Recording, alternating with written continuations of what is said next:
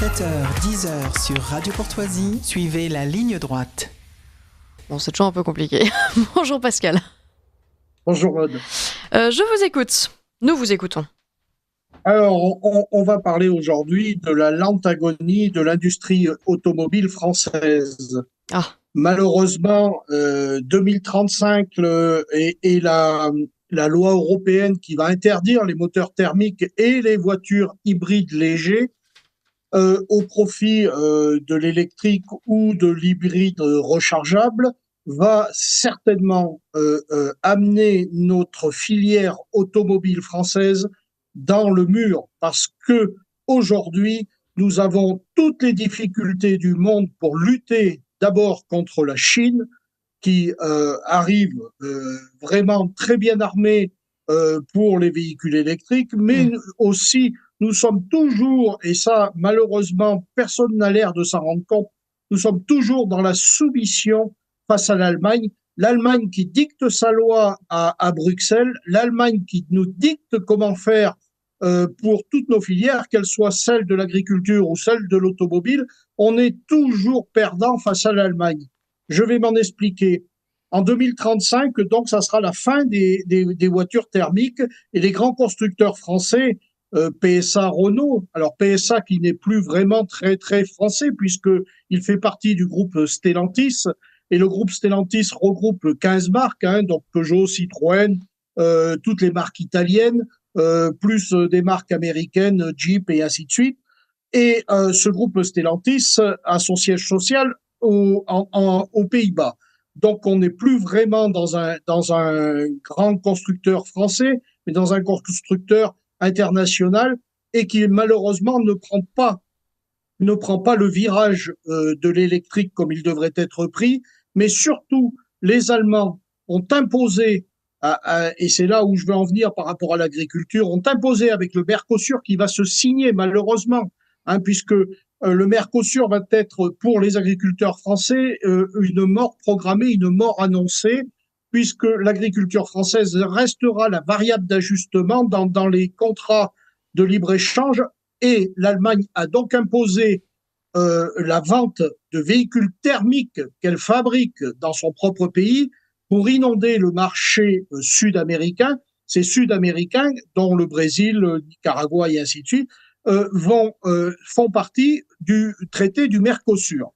Donc la France, n'étant pas implantée fortement dans cette région du monde, ce sont bien entendu les constructeurs allemands qui vont parvenir, puisque la directive européenne de 2035 ne vise que l'Europe pour le moteur thermique, mais ne vise pas le monde entier.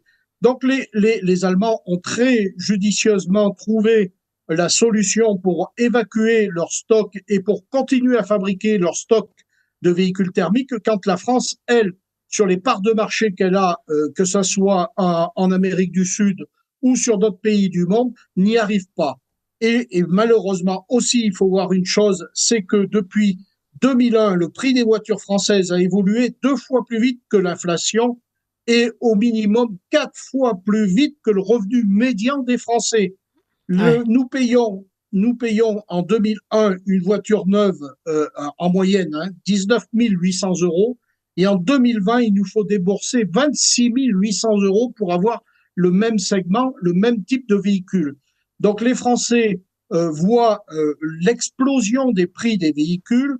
Tout cela étant dû d'abord par l'arrivée de l'électronique qui massivement arrive sur les véhicules et avec les réglementations là aussi européennes comme la GSR2, chaque fois l'Europe vient nous mettre des réglementations européennes. Alors le GSR2, ce sont des outils que l'on met dans des voitures, tels que l'alerte de maintien dans la voie, le freinage d'urgence, le limitateur de vitesse intelligent, et ainsi de suite, et ainsi de suite. Ce qui fait que ça fait alourdir le prix des voitures, quand auparavant, une simple Twingo, par exemple, dans les années 2000, n'en avait pas, et on pouvait très bien rouler avec une Twingo sans pour autant avoir tout ceci et le payer bien cher. Mais aussi, il faut voir que l'Allemagne a milité pour la norme Euro 7 qui devait être mise en 2025 et qui sera mise à partir de 2026.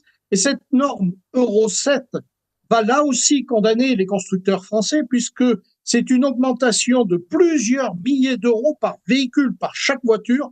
C'est une norme qui est destinée à l'émission de polluants et qui entrera donc en 2026 et 2027. Et cette norme-là portera également sur les freins et sur les pneus. Et donc, nous allons voir dans les années à venir une sensible augmentation des véhicules thermiques et des véhicules électriques du fait des normes encore plus strictes de l'Europe et surtout de la part de l'Allemagne. Maintenant, nous avons un parc européen français qui est à peu près dans la moyenne, puisque nos voitures ont environ 11 ans sur le parc automobile français. C'est à peu près la même, l'Allemagne a 10 ans, l'Italie a 12 ans et demi d'âge moyen par son parc véhicule. Donc nous sommes à peu près dans le même ordre, mais nous avons une décroissance qui est confirmée chaque année par le nombre d'employés. Il ne reste plus que 204 000 employés environ dans l'industrie automobile française. Et chaque année, nous perdons des emplois. Et malheureusement, je vois mal comment que la France va pouvoir lutter contre la Chine d'abord, dont elle n'a pas les outils en face pour lutter contre la venue des véhicules électriques.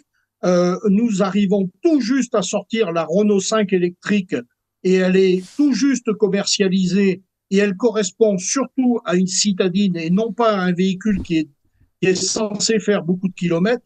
Et nous allons aller dans le mur, malheureusement, avec l'industrie automobile française qui a été malheureusement mal défendue, là également, par nos ministres. Et nous allons retrouver avec la fin anticipée de l'industrie automobile française. Merci beaucoup Pascal Pointu pour cette chronique très complète. On vous retrouve la semaine prochaine à la même heure.